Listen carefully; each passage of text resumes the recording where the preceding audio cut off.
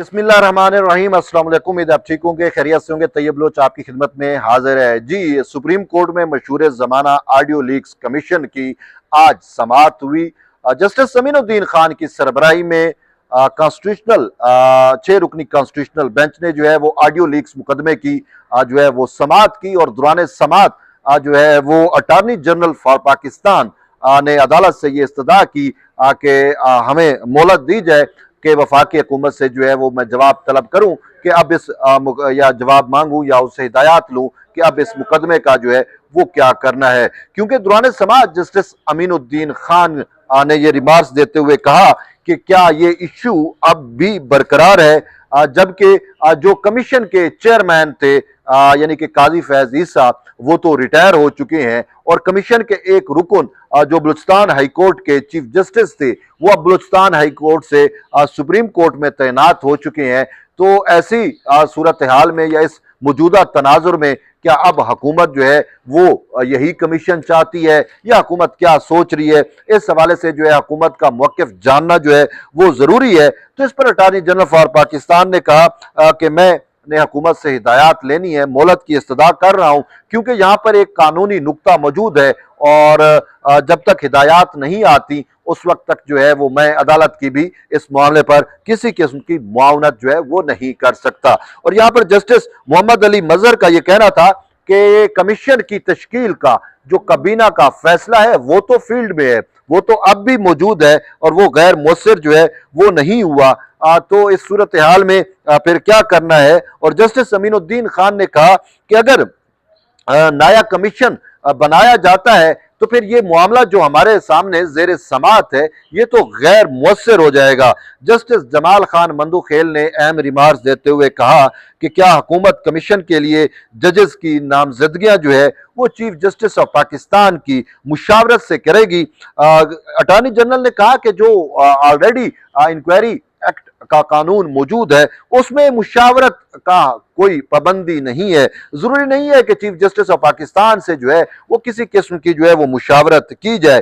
तो इस पर जो है जस्टिस जमाल खान ने कहा कि हम जो है वो अदालत की जो अथॉरिटी है उसको अंडरमाइन जो है वो नहीं करने देंगे। और जस्टिस जमाल खान मंदोखेल का ये कहना था कि चीफ जस्टिस जो है वो अगर जजेस देने से इनकार कर दें तो फिर हुकूमत जो है वो क्या करेगी। तो इस पर अटॉर्नी जनरल ने कहा कि ये चूंकि कानूनी नुक्ता है तो इस पर जब तक मुझे हुकूमत हिदायत नहीं देती या हुकूमत की जानिब से हिदायत की रोशनी में मेरा अपना माइंड क्लियर नहीं होता, मैं आपको किसी किस्म का ना ही कोई जवाब दे सकता हूँ ना ही किसी किस्म की कोई मुआवनत कर सकता हूँ। तो मजीद बरा अदालत ने इस केस की समाअत जो है वो आइंदा हफ्ते के लिए मुलतवी की है और वक्त दिया है अटॉर्नी जनरल को कि आप हुकूमत से जो है वो इस मामले पर हिदायत ले लें। अब ये मामला था क्या, अगर आपको याद हो कि जब तहरीके अदम एतमाद की कामयाबी के बाद जो है वो इमरान खान की वफाकी हुकूमत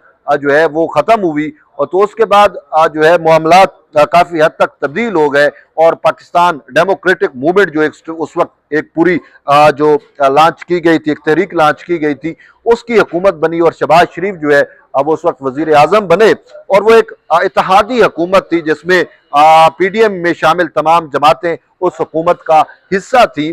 और फिर हुआ यूं कि सुप्रीम कोर्ट ऑफ पाकिस्तान हो या फिर हाई कोर्ट्स हों, वहां पर जो है बड़ी तादाद में तहरीके इंसाफ की सहूलतकारी होना शुरू हो गई। यानी कि जो अगर आप यूं समझे कि अपोजिशन तो नहीं थी लेकिन जुडिशरी से जो है वो उस वक्त PDM हुकूमत के खिलाफ जो है बरह रास्त अपोजिशन होती रही और फिर मामलात यहां तक पहुंचे कि वफाकी हुकूमत कोई भी दरखास्त सुप्रीम कोर्ट में लेके आती, कोई भी मुकदमा लेके आती तो उसमें जो है वो हुकूमत को तो रिलीफ मिलना बजा उल्टा जो फेवर होती थी या सहूलतकारी होती थी वो तहरीके इंसाफ के हक में होती रही। और ये बड़ी सिर्फ एक नहीं दो नहीं बल्कि मुतअद्दिद मुकदमात में ऐसा हो रहा था और तहरीके इंसाफ जो है वो जुडिशरी का कंधा इस्तेमाल कर रही थी उस वक्त की PDM हुकूमत के खिलाफ। और हुकूमत जो है बहुत ज्यादा दबाव में भी थी कि हुकूमत कुछ भी करती तो अदालतों में बैठे इमरान प्रोजेक्ट जजेस जो हैं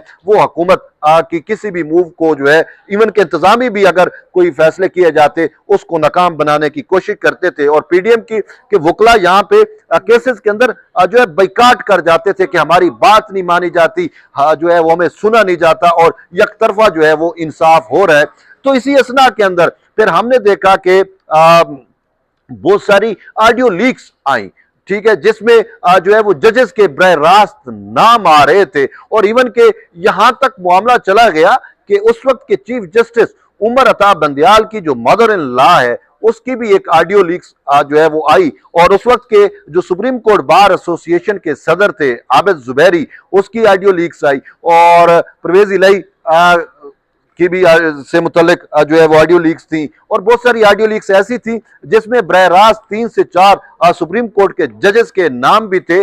और उससे एक तासुर मिल रहा था कि किस तरीके से जो है वो जजेस के अहले खाना जो है वो जुडिशरी के ऊपर असरअंदाज हो रहे हैं और इमरान खान के लिए जो है वो राह हमवार की जा रही है विद इन जुडिशरी।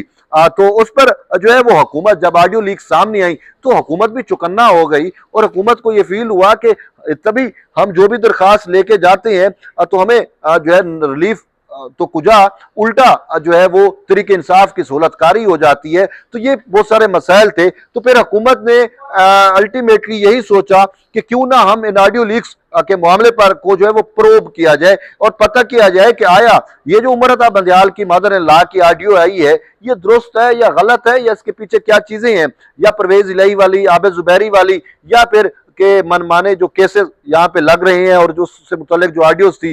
तो उस वक्त हुकूमत ने इंक्वायरी कमीशन एक्ट के तहत जो है वो एक कमीशन बनाया।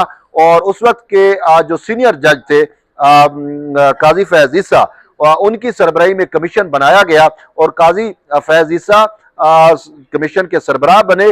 और इस्लामाबाद हाई कोर्ट के जो चीफ जस्टिस हैं वो रुकन थे और साथ ही जो है बलूचिस्तान हाई कोर्ट के चीफ जस्टिस नईम अफगान जो है वो कमीशन के रुकन बने। और यूं ये 3 रुकनी कमीशन जो है ये कायम हुआ और इस कमीशन ने अपने TOR जो है वो बनाए। और ऑडियो लीक्स में जो लोग मुलविस थे या जिनकी ऑडियो लीक्स थी उनको नोटिस जारी किए गए और उनसे जवाब तलब किया गया।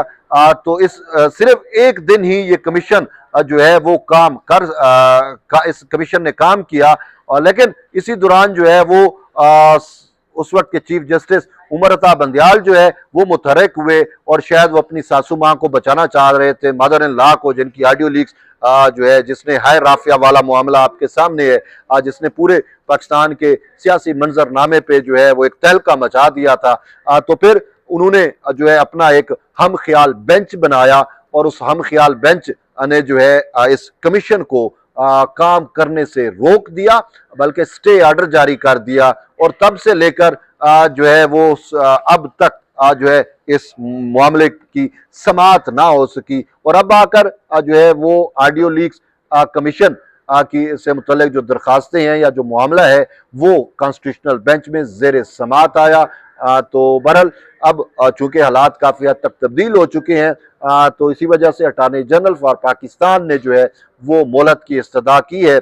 अब देखते हैं कि हुकूमत आइंदा हफ्ते ही पता चल जाएगा कि हुकूमत इस हवाले से क्या स्ट्रेटजी रखती है, क्या उसका जवाब आता है। तो बहरहाल हुकूमत के जवाब के बाद ही इस मामले के मुस्तकबिल का जो मुस्तकबिल है वो वाज़े हो सकेगा कि आया फिर से कमीशन बनता है, नया कमीशन बनता है, या क्या तरतीब होती है या और ये केस किस सिमत जाता है, तो ये उस वक्त ही पता चल सकेगा। बहरहाल जो है वो अब मजीद अपडेट्स के लिए जुड़े रहिए तैयब बलोच के साथ। मिलते हैं एक नई वीडियो में, तब तक ले इजाज़त दें। अल्लाह हाफ़िज़।